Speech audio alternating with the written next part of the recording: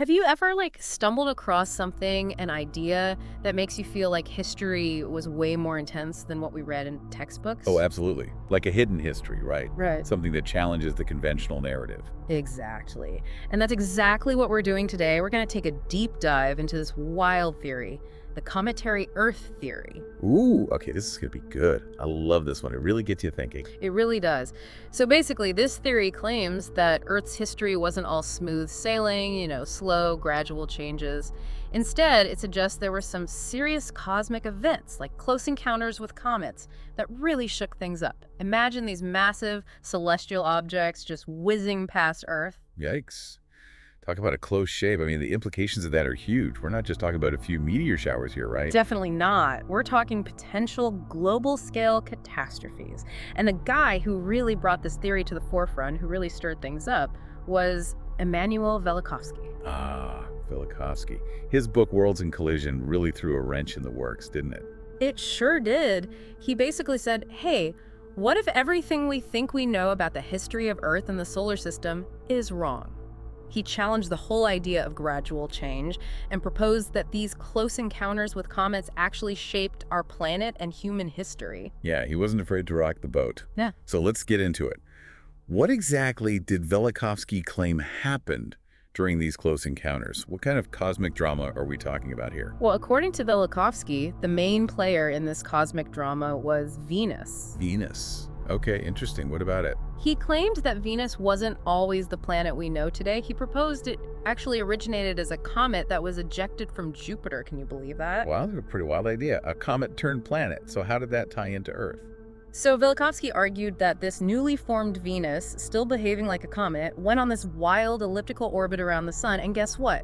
This orbit brought it way too close to Earth multiple times. No, that doesn't sound good. So we're talking full-on cosmic collisions. Not quite direct collisions, but close enough to cause some serious havoc.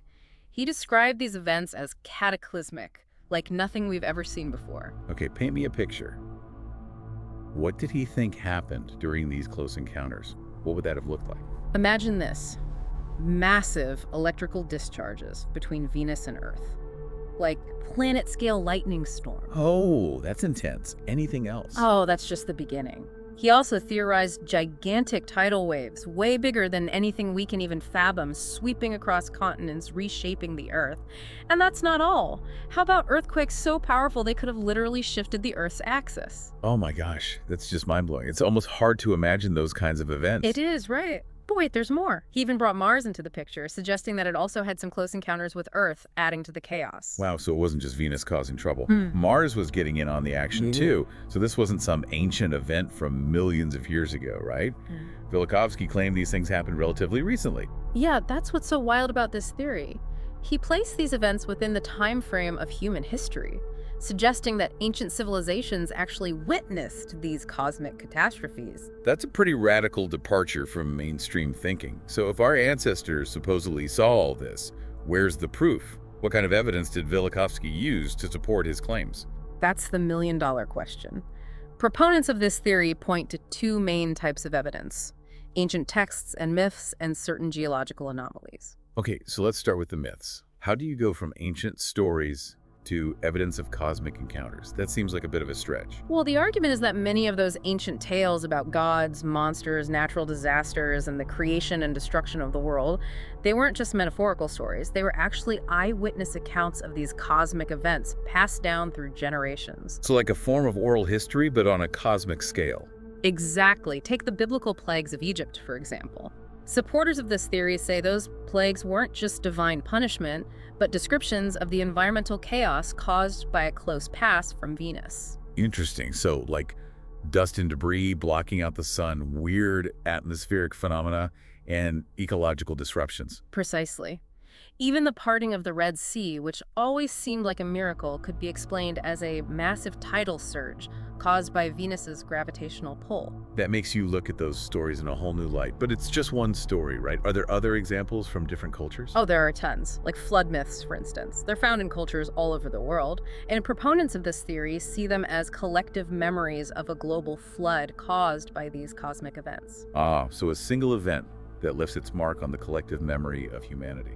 Fascinating. What about other specific examples from different cultures? Well, how about the Egyptian accounts of the collapse of the Middle Kingdom? They describe all this chaos, darkness, fire raining from the sky, societal breakdown. Sounds a lot like the aftermath of a close encounter with Venus, right? Yeah, it does line up with that kind of catastrophic scenario.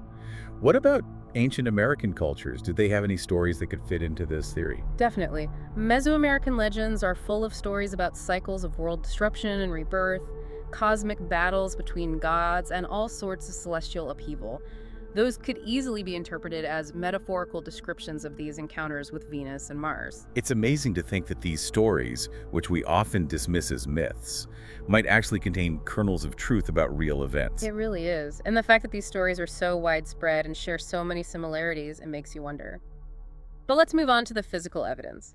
What kind of geological anomalies do proponents of this theory point to? Okay, so proponents argue that there are certain geological features on Earth that are hard to explain with the standard geological model of slow, gradual change. They say these features point to sudden, catastrophic events, possibly linked to those close encounters with comets. Like, what? Give me some examples. Well, for instance, there are sudden climate changes in Earth's history that happened way too fast for gradual processes to explain. And then there were those mass extinction events, where huge numbers of species suddenly disappear from the fossil record. Proponents say these events might have been triggered by the impact of a comet, or the kind of electrical phenomena that Velikovsky described. That makes sense. Those events do seem to require some kind of massive, rapid change. What else? There's also evidence of massive floods that occurred very quickly, like huge boulders being transported over vast distances. And there are geological formations that appear to have been created by forces far more powerful than anything we see today. And I've heard about these so-called out-of-place artifacts. How do those fit into this whole theory? Oh yeah, those are interesting. These are objects or structures that seem to be way too advanced for the time period they're found in, according to our current understanding of history. Proponents suggest that these artifacts could be evidence of civilizations that existed before these cosmic catastrophes wiped them out, or maybe they were even brought here by these extraterrestrial visitors. So basically, they're suggesting that history might be much older and more complex than we currently think. Exactly. And that mainstream science might be overlooking or even suppressing this evidence because it doesn't fit the established narrative. It's really making me think about how much we don't know about the past. But let's be real, this theory is pretty out there. It's no wonder it's been met with a lot of skepticism from the scientific community. Oh yeah, Velikovsky's ideas have been heavily criticized over the years, and a lot of scientists have outright rejected his work as pseudoscience. And that brings us to this whole conspiracy of suppression idea. Why do you think Velikovsky's theories have faced such fierce opposition? Well, part of it might be that his ideas are so radical, they challenge the very foundation of certain scientific disciplines, like geology and astronomy. Imagine dedicating your whole life to a certain way of thinking, and then someone comes along and says it's all wrong. That's got to be hard to swallow. I get it. It's like having your entire worldview turned upside down. Right. And then there's this whole argument about the way Velikovsky used evidence. He relied heavily on interpretations of ancient texts, which is not really how science typically works. Scientists prefer hard data, things that can be measured and tested in a lab. And there have been accusations that he cherry-picked evidence to fit his theory and ignored contradictory data. Definitely. And some proponents of the Cometary Earth Theory believe that Velikovsky's ideas were actively suppressed by the scientific establishment, that they tried to silence him because his theories were too disruptive. They point to things like his books being boycotted, his lectures being canceled, and his research being ridiculed. It's a fascinating, if controversial, aspect of this whole theory. But even if we set aside the controversy, the implications of this theory are huge.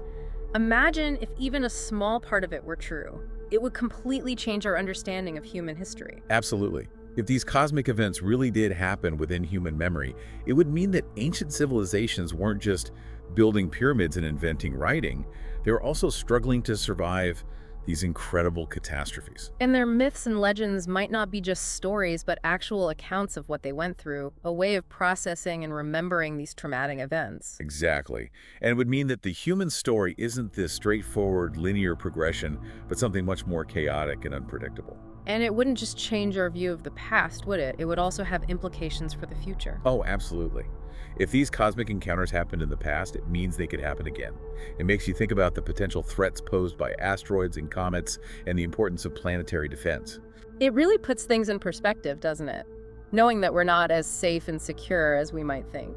Yeah, it's a reminder that we're just a small part of a much larger and potentially dangerous universe. But hey, maybe those ancient myths hold some clues about how to survive these events. That's an interesting thought. So where does the Cometary Earth Theory stand today? Is it completely debunked, or are there still people researching and discussing it? Well, it's definitely still a fringe theory. Most scientists don't take it seriously. But there are some researchers and independent scholars who are still exploring its possibilities, and they're finding some interesting things. Like what? Are there any new developments that support this theory? Well, for one thing, our understanding of the solar system has advanced a lot since Velikovsky's time. We now know that there are way more asteroids and comets out there than we used to think, and some of them do come dangerously close to Earth. So the idea of cosmic encounters isn't as far-fetched as it once seemed. Right. And there's also new research into ancient texts and archaeological sites that might provide additional evidence to support the theory. And the rise of interdisciplinary studies is encouraging researchers from different fields to work together and consider new perspectives, which could lead to some breakthroughs in our understanding of the past. Absolutely. So while the Cometary Earth Theory might not be mainstream science, it's definitely still a fascinating and thought-provoking idea. It really makes you wonder about the true history of our planet and whether there's more to the story than we currently know. Exactly. It's a reminder to keep an open mind and to question what we think we know. Well, that brings us to the end of our deep dive into the Cometary Earth Theory. We explored its origins, its claims, the evidence for and against it, and its implications for our understanding of the past and the future.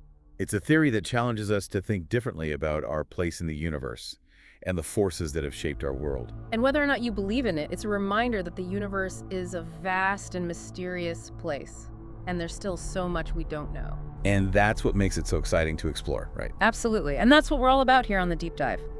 Now, here's a final thought for you to ponder. If these ancient cosmic catastrophes really did happen, how might they have shaped our collective unconscious? Could they be the source of our deep-seated fears and anxieties about the unknown, our fascination with apocalyptic scenarios, and our enduring need to tell stories about the end of the world? Think about it. Thanks for joining us, and keep exploring.